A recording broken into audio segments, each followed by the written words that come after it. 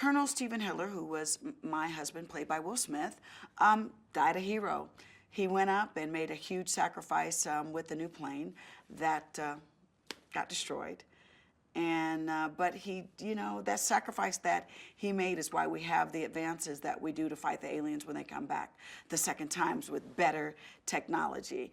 That the fight that we have is going to be bigger, badder, bolder, and even better. Dylan's character is having to deal with, am I man enough to walk in the same footsteps as Stephen Hiller? And I'm there to let him know, guess what? You're about to start your own journey, your own path. Don't be afraid.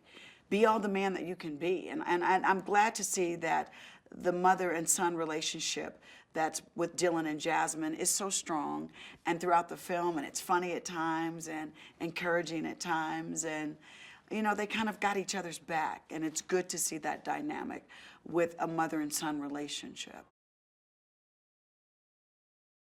We're not doing a sequel, we're doing a resurgence. That's something that we all found out while we had started filming, that we weren't going to be ID42, that we were going to be Independence Day Resurgence. And that's what Roland wanted to make sure, that it was a new generation that was being affected by this alien invasion. And I think that's a difference between the first one and the second. Like, they're not going to a new place, they're affecting a new generation. And I think it sets it up perfectly. You know, technology has advanced 20 years. So I'm definitely grateful for that, because I'm going to tell you, the first Independence Day, woo, was that like baking on the salt flats in Wendover, Utah. And like here we have like 4 or 5 stage. So I'm thankful that technology has advanced. And you're going to see more, with Roland Emmerich, the explosions are going to be bigger and badder. And the technology is just going to be so awesome that I really think the audience is just, they're going to take a wonderful ride with us. I realized that Independence Day was going to be huge because I was in Toronto making another film, and I wanted to brag because I went to the premiere. It was my first premiere, and I wanted to take my cast to see Independence Day, and it was sold out around the clock. Sold out for 2 days. And I was like, oh wait, this is on. This is fantastic. It was sold out for 2 days around the clock. Everyone and their mama wanted to go and see Independence Day, and they did.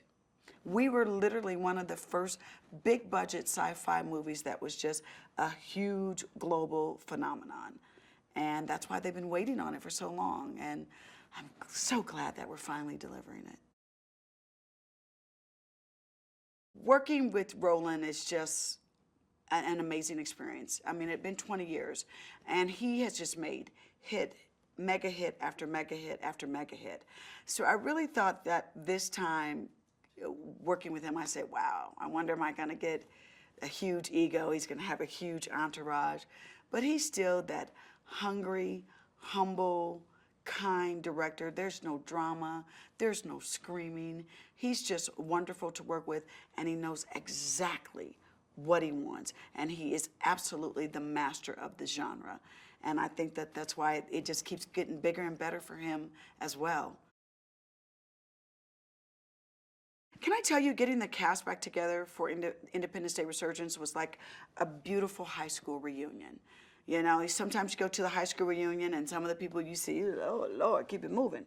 But not this time. I mean, to see Jeff Goldblum, Judd Hirsch, Bill Pullman, Brent Spiner, who some kind of way made it to the Resurgence, was wonderful. And then he's making this wonderful blend with the young whippersnappers, that's what we call the young kids, with Lim and Micah and Jesse T. Usher.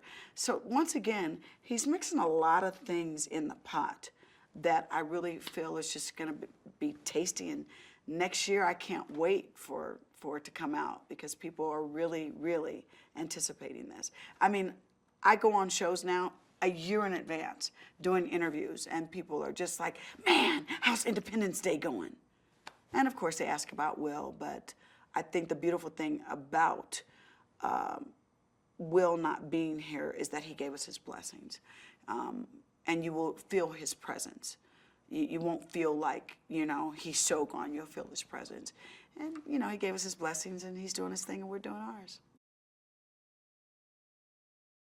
The beautiful thing is that we're here in New Mexico filming, and we have 3 or 4 stages. So we're grateful that we're here and that New Mexico let us come here and film. And we just have stages that are amazing. I walk on, like we had the salt flats built. Then we had the, you know, the spaceship and all that. I mean, our sets are off the chain. So we're on the fast track, and I think we'll definitely deliver. Can't wait. When I left LA and I was here in 1 hour and 20 minutes last night, I was like, my life is great. Thank you. I would tell you, the first time that I stepped back on the set, I was grateful to be back. And it was like, okay, this is cool. You know, the sets are great. It's a whole different experience working on Independence Day Resurgence. Even the first time was still really cool. We still had great sets. They were just outdoors. And it was 111 degrees. And you can see everyone at the end of the movie, everyone's like 3 shades darker, you know, than what they were when we first started the film. And this time, we have heat, but it's not as sweltering as what it once was. But it's so awesome to be back. I can't wait to see this. I really can't. I'm excited. Hi, here's an interesting movie fact for you. Each frame of the CGI scenes in Jane Cameron's Avatar, 1/24th of a second, took an average of 47 hours to render. Can you believe it? For this and more movie facts, click on more videos. But if you want something else, click on the playlist.